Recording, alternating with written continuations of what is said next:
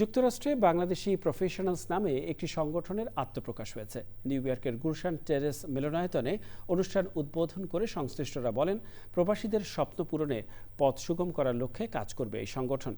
New York থেকে প্রতিনিধি রাশেদ আহমেদের পাঠানো তথ্য ও ভিডিও চিত্রে আমিনা রহমান সুপ্তি রিপোর্ট। যুক্তরাষ্ট্রে বসবাসরত পেশাজীবী বাংলাদেশিদের মধ্যে সম্প্রীতির বন্ধন সুসংহত করতে নতুন সংগঠন বাংলাদেশি প্রফেশনালসের আত্মপ্রকাশ। নিউ ইয়র্কের গুলশান টেরেসে অনুষ্ঠান উদ্বোধন করেন বাংলাদেশ সোসাইটির প্রেসিডেন্ট আতাউর রহমান সেলিম। এই মানুষগুলো ছাড়া তো আমরা কেউ না। দলীয় মতানৈক্যের ঊর্ধ্বে উঠে কেবল বাংলাদেশি পরিচয়কে ধারণ করে এক নেটওয়ার্কে কাজ করার প্রত্যয় জানান সংগঠনের নেতারা।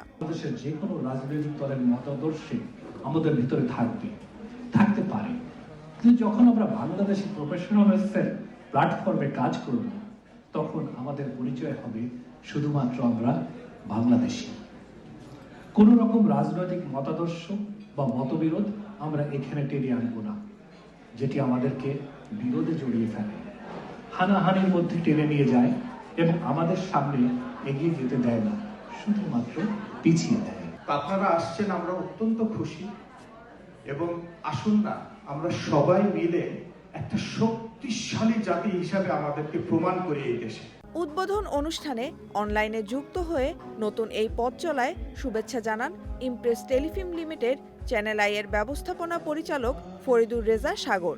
7 সমুদ্র 13 নদী পার হয়ে বাংলাদেশ থেকে যারা আজকে আমেরিকা এসেছেন, তারা যদি সবাই একসাথে মিলে নানান কাজ করার চেষ্টা করেন, বিশেষ করে আমাদের বাংলাদেশ থেকে যারা এসছে বাঙালি সম্প্রদায়, তাদের জন্য কাজ করেন, তাহলে আমাদের যারা বাংলাদেশি, যারা হৃদয় বাংলাদেশকে ধারণ করে, তারা নিশ্চয়ই একসাথে অনেক পথ পেরোতে পারবে।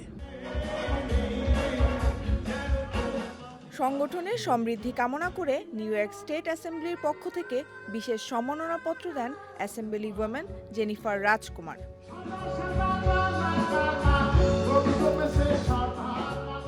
Amina Rahman Sukti, Channel I.